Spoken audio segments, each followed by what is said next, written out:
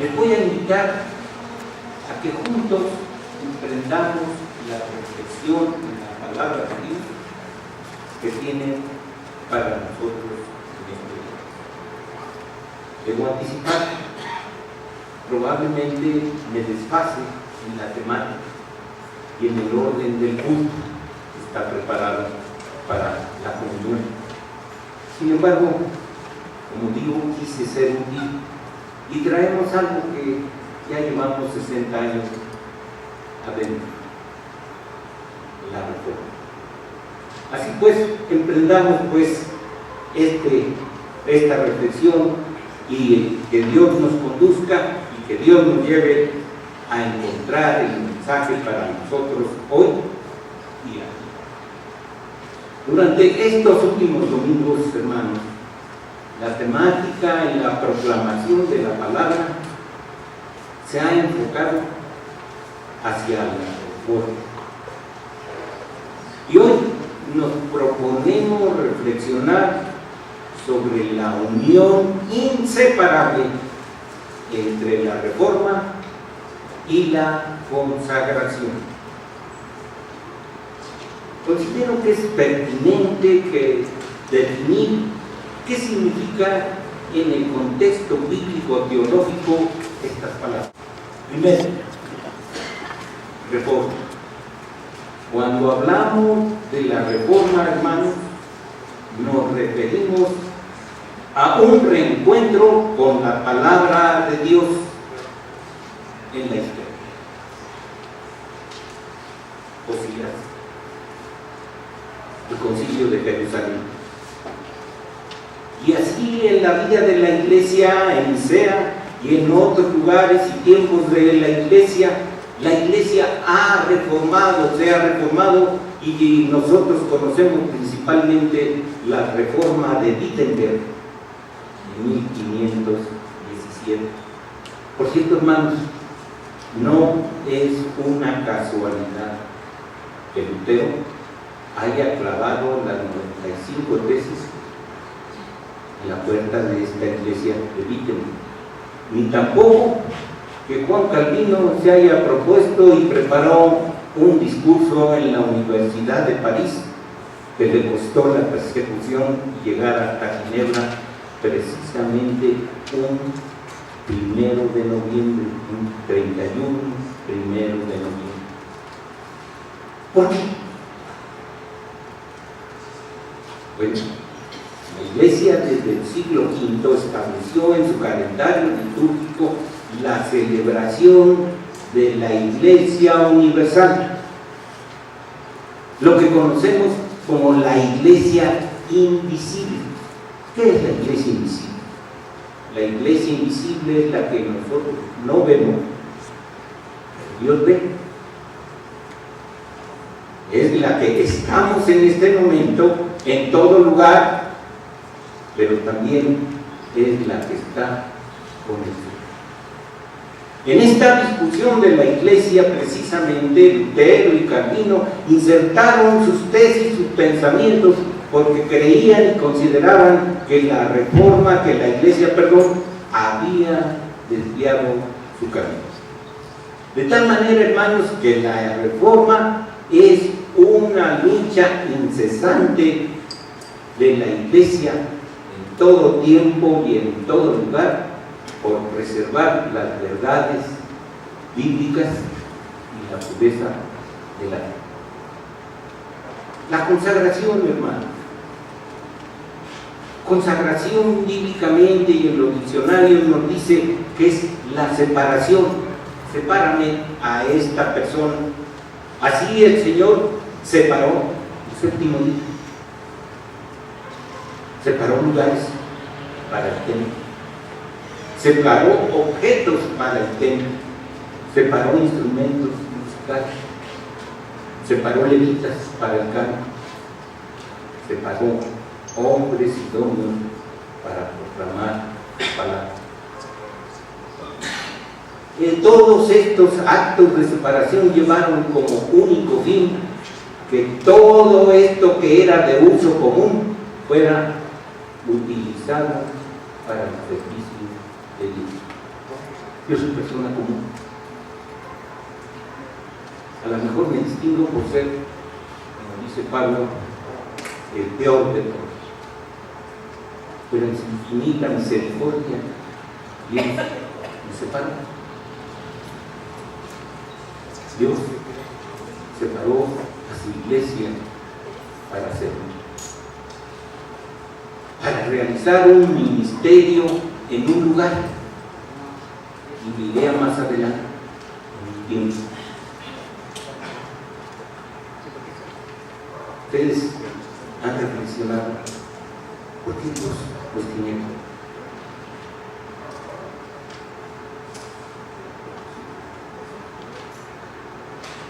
¿Qué nos da la oportunidad de recibir,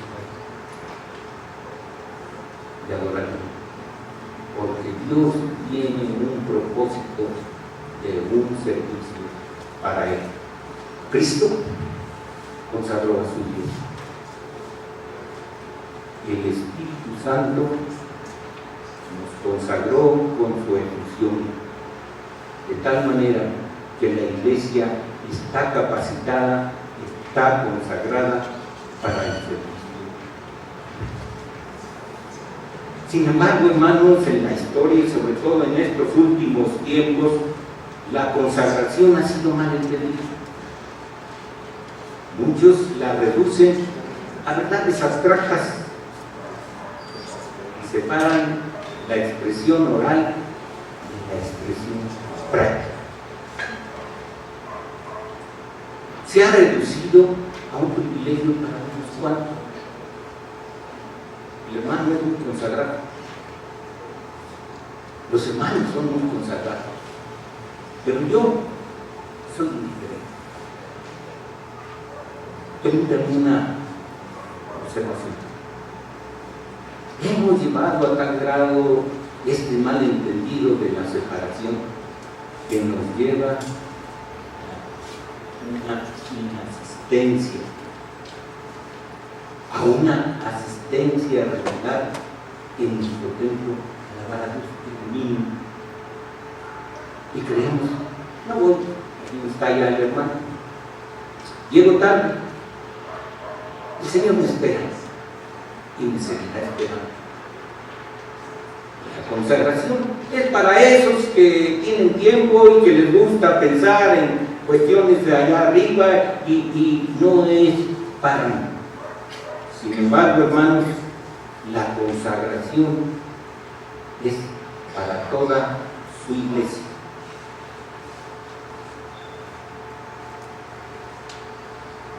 La carta del apóstol Pablo a los romanos, en el capítulo 12, que es donde yo les quiero pedir que abran sus Biblias, y por eso van a decir, el Señor se desfasó.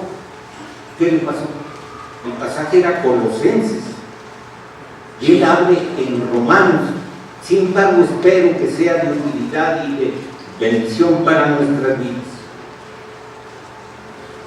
Sin embargo, antes de emprender esta reflexión en las Sagradas Escrituras, les voy a invitar a que cierren sus ojos y ustedes hagan una oración, y conmigo también. Señor, Dios y Padre nuestro, nos acercamos a ti implorando la dirección de tu Espíritu Santo en la reflexión de tu palabra. Permítenos encontrar en ella la exhortación, el consuelo, la fuerza que necesitamos como tu pueblo para cumplir con el mandato. Que la palabra del Señor corra y tu nombre sea glorificado. En Cristo Jesús. Amén. Como decíamos, vamos a reflexionar en el capítulo 12 de la carta a los romanos. La carta a los romanos es considerada en la iglesia cristiana la cumbre teológica de Pablo. ¿Por qué? Porque en ella, y si ustedes ahora sí me hacen favor de ir viendo sus Biblias, Pablo expone, organiza el pensamiento cristiano. En especial el centro de nuestra fe, la salvación. Desde su tesis, que empieza en el capítulo 1, quizás ya muchos lo han leído y en este mes quizás se leyó en el mes pasado, dice: porque el Evangelio es poder de Dios. La salvación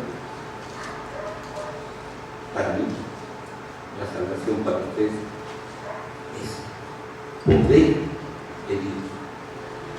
Y desde esa tesis Pablo expone en sus capítulos, si ustedes van viendo así, ojeando, primeramente el pecado. Fíjense cómo lo va organizando, por eso le dicen también la filosofía del pensamiento cristiano a esta carta. Después, el justo juicio del pecado.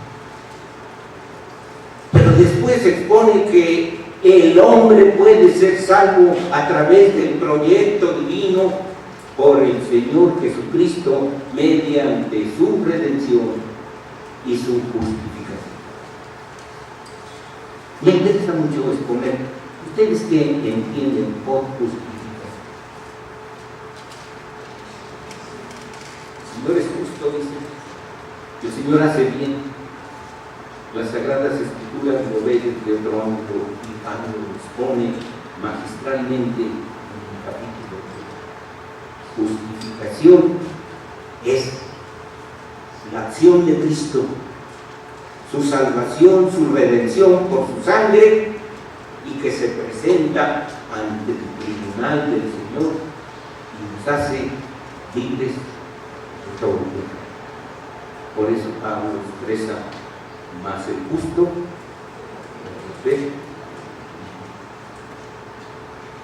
y en la justicia de Cristo el hombre se hace justo porque ya no tiene que pagar delante del Señor. Y lo que más me apura a mí, no sé a ustedes, cuando yo llegue allá, ¿quién va a estar conmigo?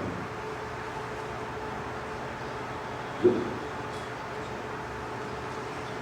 El Señor Jesucristo ha dado su fianza para que por él tengamos entrada a la salvación. Y la iglesia, ustedes, yo, nosotros hemos sido justificados en Cristo. Ya no debemos nada, ni de nuestros pecados pasados, ni de nuestros pecados futuros, como dice la carta a los Hebreos, porque Cristo murió una sola vez y para siempre, porque su sacrificio es todo suficiente para nosotros. Pero sigue avanzando Pablo en esta carta y dice que Cristo es el segundo Adán. ¿Han escuchado ustedes algunas veces el oratorio que Mesías de Hendel? Hay un canto muy hermoso basado en este pasaje y dice que si por hombre fue que la muerte vino a nosotros por el primer Adán, en Cristo seremos resucitados, el segundo Adán. Aproximadamente en el capítulo 6 ustedes pueden ver esta exposición de Pablo. Pero luego sigue avanzando Pablo en esta exposición y llega a algo que nosotros batallamos todos los días. Dice: ¡ay, miserable hombre de mí! Esto que no quiero hacer.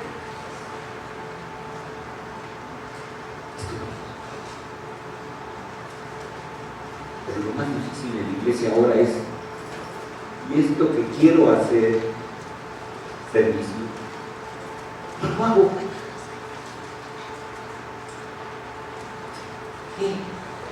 Tengo muchas situaciones. Mis hijos en la casa vivían con un servidor y muchos de mis nietos. Y entonces dice: ¿qué voy a hacer, miserable hombre de mí, que estoy inmerso y que tengo este residuo de pecado en mi vida? Y voy a poder Y entonces llega a este punto, dice, pero ahora los que estamos en el Espíritu hemos sido emancipados, librados, hermano. Por el Espíritu Santo tenemos esa libertad y esa acción de hacer. Y sigue avanzando en ese Espíritu Santo y en esa emancipación. La Iglesia manejamos y contamos la esperanza. La Iglesia vivimos en la esperanza. Somos el pueblo de la esperanza, de tal manera que llega Pablo a decir: ¿quién nos apartará del amor de Dios?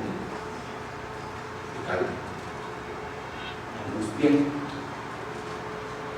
estrechez económica, muerte, tristeza. Estoy cierto que nada nos apartará del amor.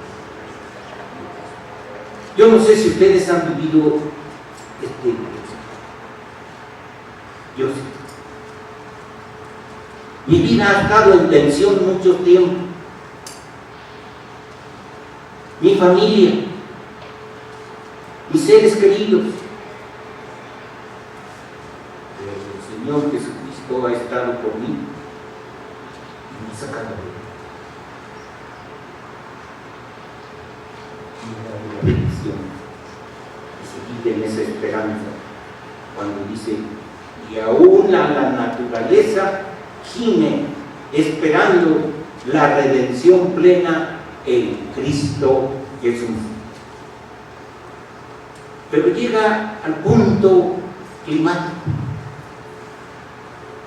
Y si ustedes me hacen favor de leer en sus Biblias el capítulo 11, los versículos que anteceden al pasaje del capítulo 12, Romanos 11, 33 hasta el final. Si me ayudan a leerlo ahí en su lugar y me siguen en la lectura todos, haciéndolo por favor. Cuando lo encuentren, empezamos. Dice así la palabra de Dios: profundidad de las riquezas, de la sabiduría y del conocimiento de Dios. Cuán insondables son sus juicios e inescrutables sus caminos. ¿De quién entendió la mente del Señor? ¿O quién fue su consejero? ¿Quién le dio a él primero para que le fuera recompensado? Porque de él, por él, para él son, a él sean la gloria por los siglos. De tal manera que Pablo llega a una conclusión al exponer en estos 11 primeros capítulos, en esta carta a los romanos, que el Evangelio es poder de Dios y es para la gloria de Dios. Hay muchos comentaristas de la carta a los romanos, que por cierto la mayoría de ellos empieza con B mayúscula, Beza y otros autores, que no lo digo porque soy reformado, pero casi todos estos autores luteranos y calvinistas empiezan con B grande, concluyendo con uno que es par. Pero en esta carta ellos ven, dice, de él, por él, se concluye: la salvación es poder de Dios, proyecto de la Santísima Trinidad. ¿Sabe usted que toda la Trinidad ha estado interesada en su salvación?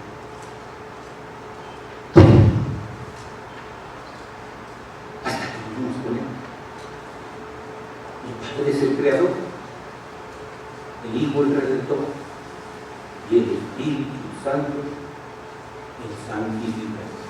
Pero llega a un punto que concluye y dice: a él sea la gloria. De tal manera que todo esto que ha expuesto de la salvación y que hemos ahorita comentado con ustedes, tiene un fin. El Evangelio tiene a Dios la vida. Hay veces estamos muy contentos. El Señor me salvó. El Señor me redimió. Pero Él se quedó.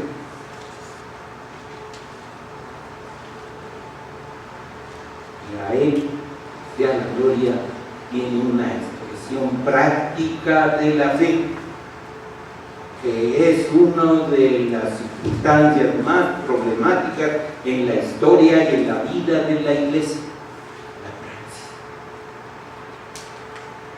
Por eso es que Pablo inicia con una exhortación, y no me voy a arrancar con todo el capítulo porque soy respetuoso de su tiempo, y dice: por lo tanto, por todo esto que ha hecho Dios por nosotros, elección, salvación, conservación, seguridad, cuidado, ¿quién contra nosotros? Dice: os ruego, les ruego que presentéis por las misericordias de Dios, es decir, nos lleva a una reflexión, pero también nos lleva a una concientización de todo lo que Dios ha hecho por nosotros y que nos impulsa y nos lleva a tener una fe más práctica en nuestro entorno, especialmente en nuestra comunidad. Dice: os ruego por las misericordias de Dios que presentéis vuestros cuerpos en sacrificio. Pablo se vale de una expresión práctica, no le dice: les ruego que lo expreséis como la mente, como hay veces muchas personas se dedican mucho a la teología y le piensan tanto que olvidan la práctica. Les ruego que presentéis vuestros cuerpos, es decir, una aplicación práctica, una aplicación que se siente en sacrificio y se lleva a un punto y nos traslada al punto del Antiguo Testamento.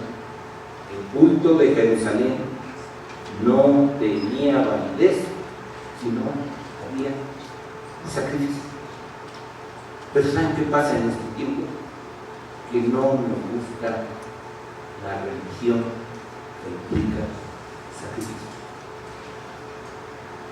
Nos hemos acomodado a una religión cómoda.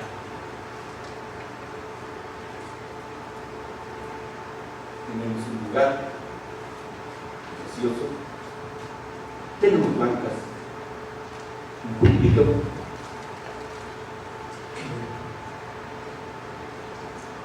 perdemos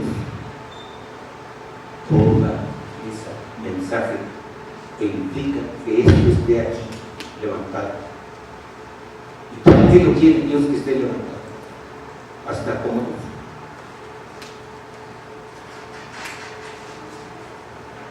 Sacrificio vivo, sano,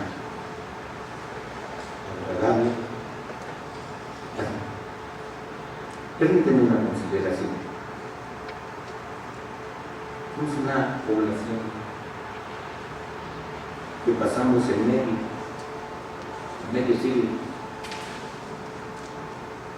y ya nos cuesta trabajo, como cuando éramos jóvenes allá con las sociedades de esfuerzo cristiano, a evangelizar, a ir con los enfermos, a ir con los niños, a ir a esto, a ir a lo otro. Pero Dios tiene un ministerio en esta iglesia. Dios tiene un ministerio para nosotros, ancianos, para ustedes, adultos, y para ustedes, sacrificio santo, agradable a Dios, que es vuestro verdadero culto. El culto no tiene razón sin adoración y servicio. Cada domingo venimos y nos vamos. Qué bonito mensaje. qué bonito cantar, qué bien tocó.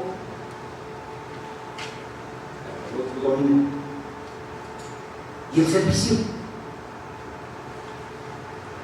entramos a adorar, salimos a hacer estas monedas que han depositado, no es dinero, es la representación de nuestra vida, de lo que somos, de lo que Dios ha puesto en nuestras manos para la gloria de Dios en el servicio de esta iglesia. Y yo me atrevería a preguntar, ¿qué diezmo? La décima parte. Diezmo es no lo que damos, sino lo que nos quedamos. ¿Cómo la ven? La historia de Colgate y otros grandes hombres de dinero empezaron por el diezmo y cada vez fueron dando más, y luego ellos ya nada más se quedaron con el diezmo, y ahora cuenten el diezmo, ya no se alcanza a contar el tanto cero que tiene. Eso no es cambalache, no es tener conciencia de la misericordia de Dios.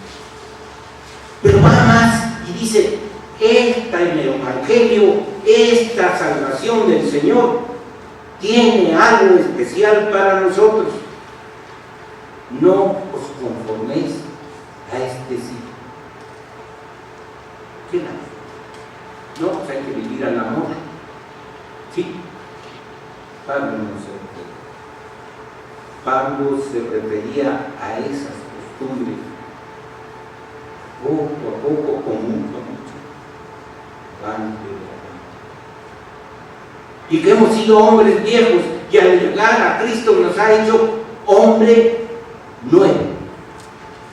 Debemos de cuidar de nuestra vida, debemos de cuidar de la vida de la iglesia. No os conforméis a este mundo. Y aquí entra el tema que a mí más me gusta, más reformaos.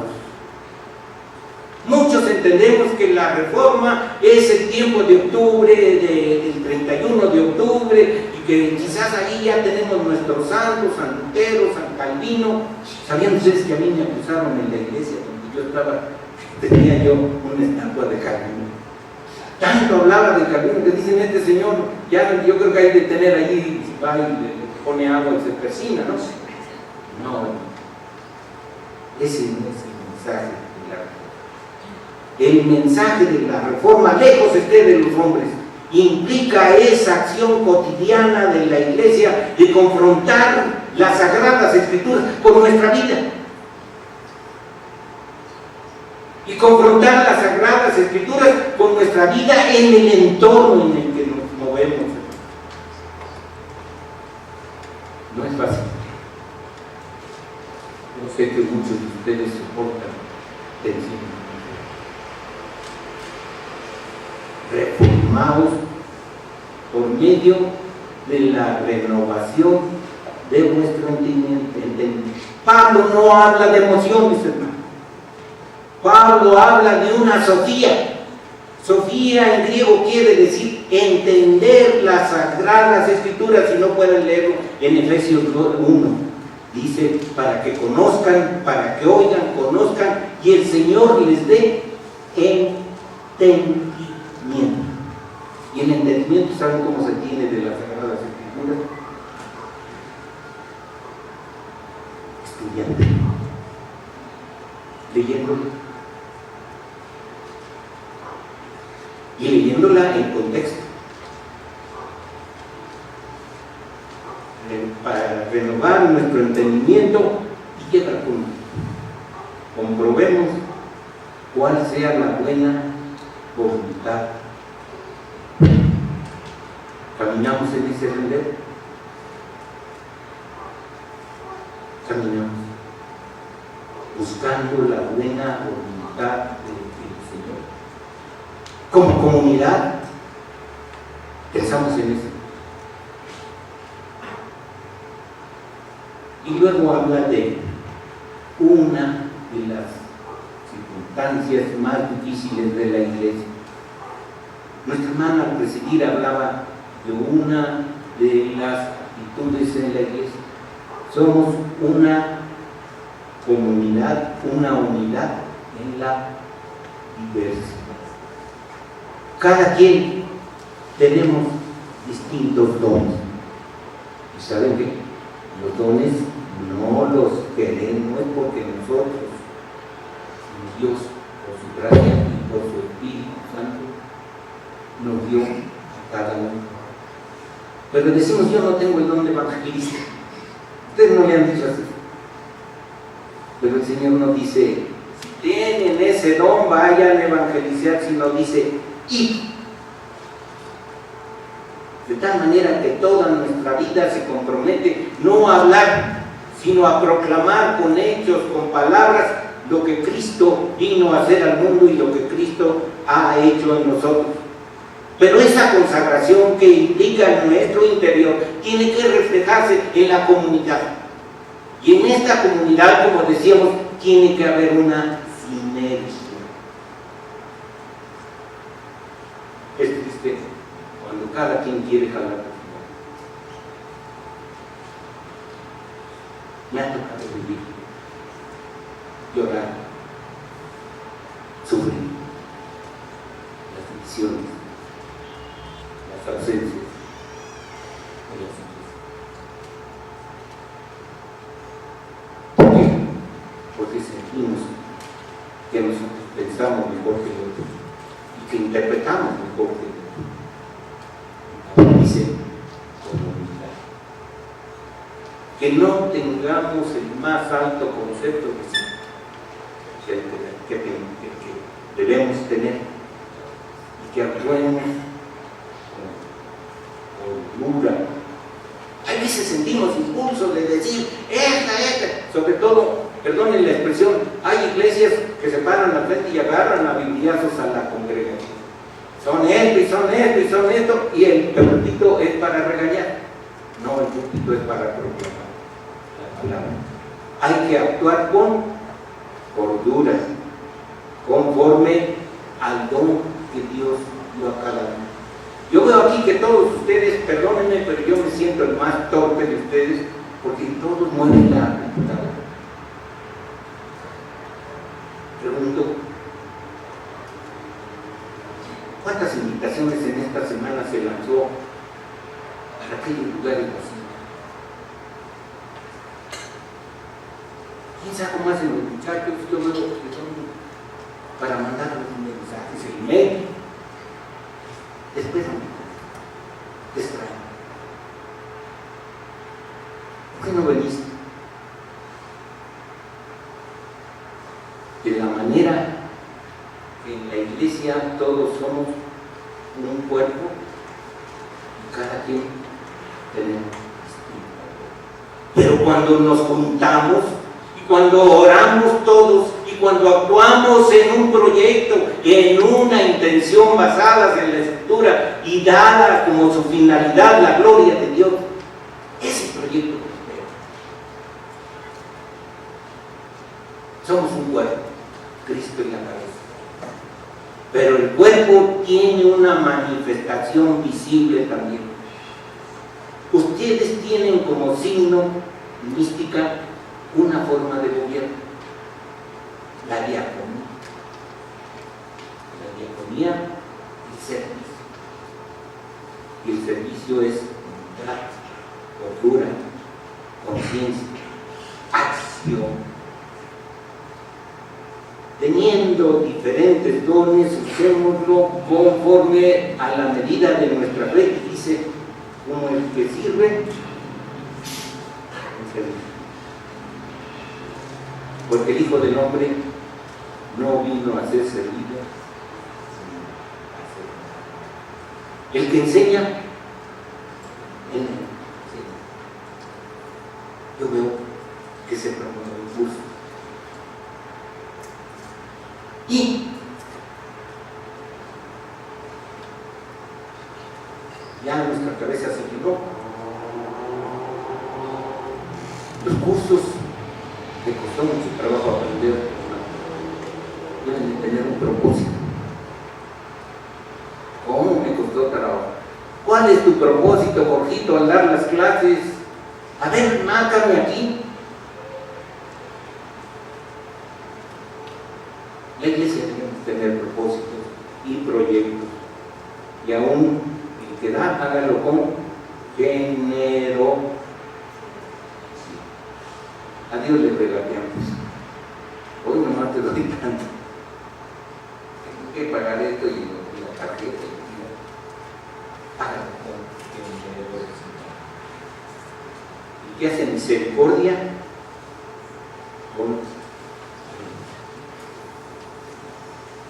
Y después viene la relación en el entorno, que no debamos a nadie nada. Pero en esta acción del servicio en la iglesia expresa una idea que hay veces creemos que nomás pertenece a una línea, la pentecostal.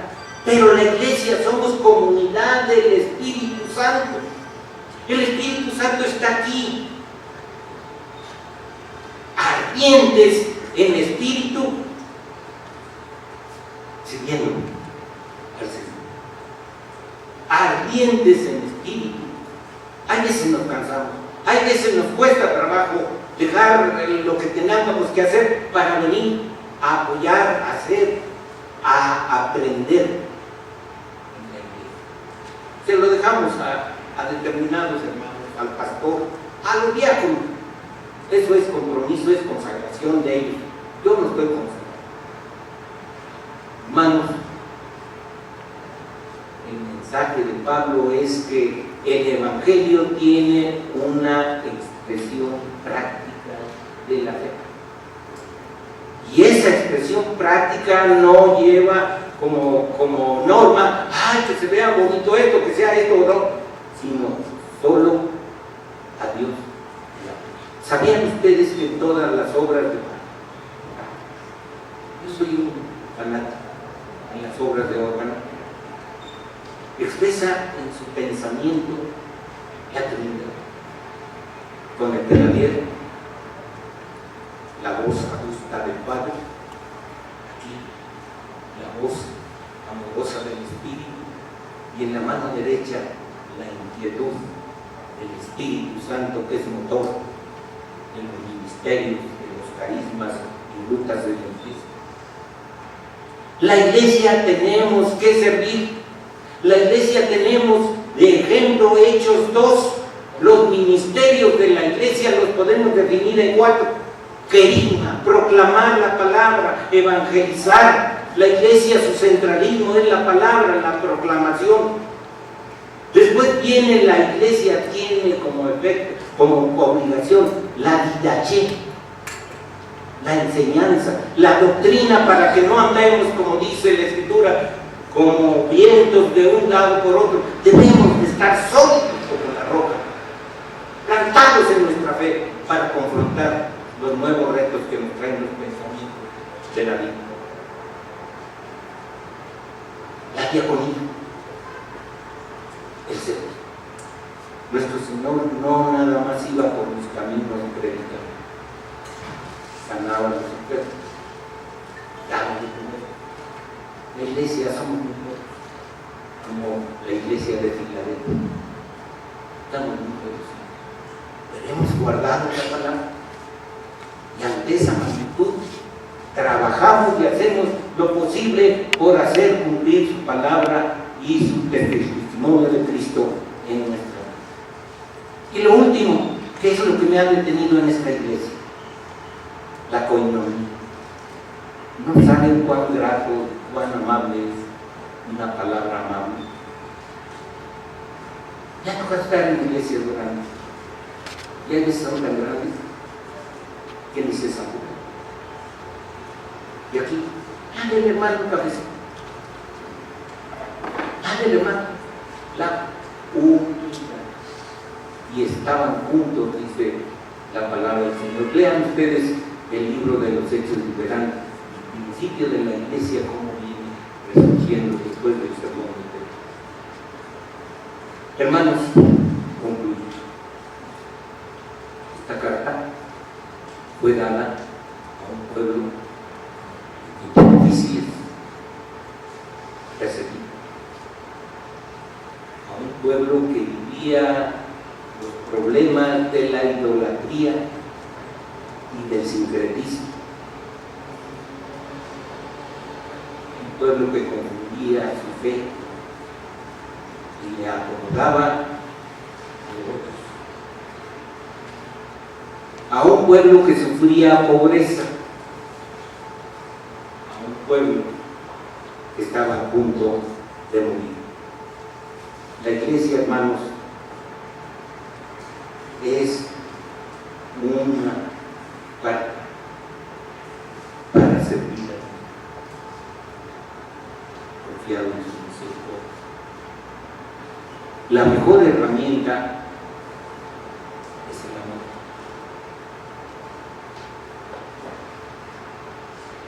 el amor interno y el amor externo. No les vaya a pasar como una de mis experiencias: Señor, a este o te lo llevas o te lo envío.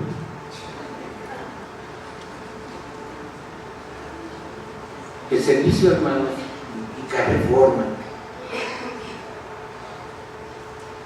La reforma es movimiento, es acción, es vibrar. Implica consagración, voluntad, servicio, conciencia de lo que Dios ha hecho por nosotros, conciencia de nuestra relación con Dios y con la iglesia, pero también con la comunidad. Cómo sufrimos todo lo que se ve en el exterior. Somos la iglesia militante.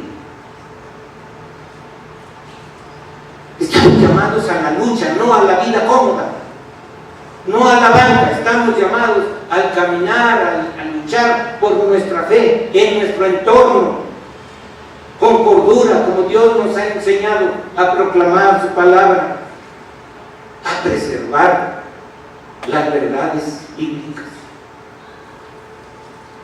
Ustedes pueden contestarle a los testigos de Jehová cuando tocan. Cada 8 días nos tocan, hermano. Es la constancia de esa gente. Y hay muchos que no quieren porque le rehuyen. Tampoco nos vamos a estar toda la mañana rebatiendo porque ellos sí tienen tiempo y nosotros. Pero tenemos que estar firmes en nuestra fe y hacer ver el error y conservar la pureza de la doctrina. Somos llamados, hermanos, a transformar nuestro entorno mediante su evangelio en tiempos difíciles, violentos. Somos el pueblo de la esperanza. Yo vivo en la expectativa de descansar con el Señor y que mis obras, cuando cesen los gritos de la lucha, de la batalla cotidiana, de la batalla de nuestra fe, de la batalla en nuestra familia, sean cambiados por el cambio todo. Porque hemos ganado la batalla en Cristo y porque usted y yo estaremos con Él para siempre, ardientes y viviendo así. Por favor, cierre tus ojos. Yo no sé por qué Dios nos ha inspirado. Él en sus planes y en su grandeza nos ha reunido y al estar aquí, hermano, hemos adquirido el compromiso fuerte, sellado por Cristo, de servir, edificar y hacer crecer su iglesia. Les invito a que nos consagremos, a que reforcemos nuestra vida, nuestra actitud en esta iglesia. No vamos a poner nosotros cómo se va a hacer. Dios ha puesto quién lo va a hacer. Humildes en el servicio, alegres en la misericordia. Que el Señor quiera tomar nuestra consagración, nuestro servicio, para que tenga una expresión práctica. Y veamos aquellos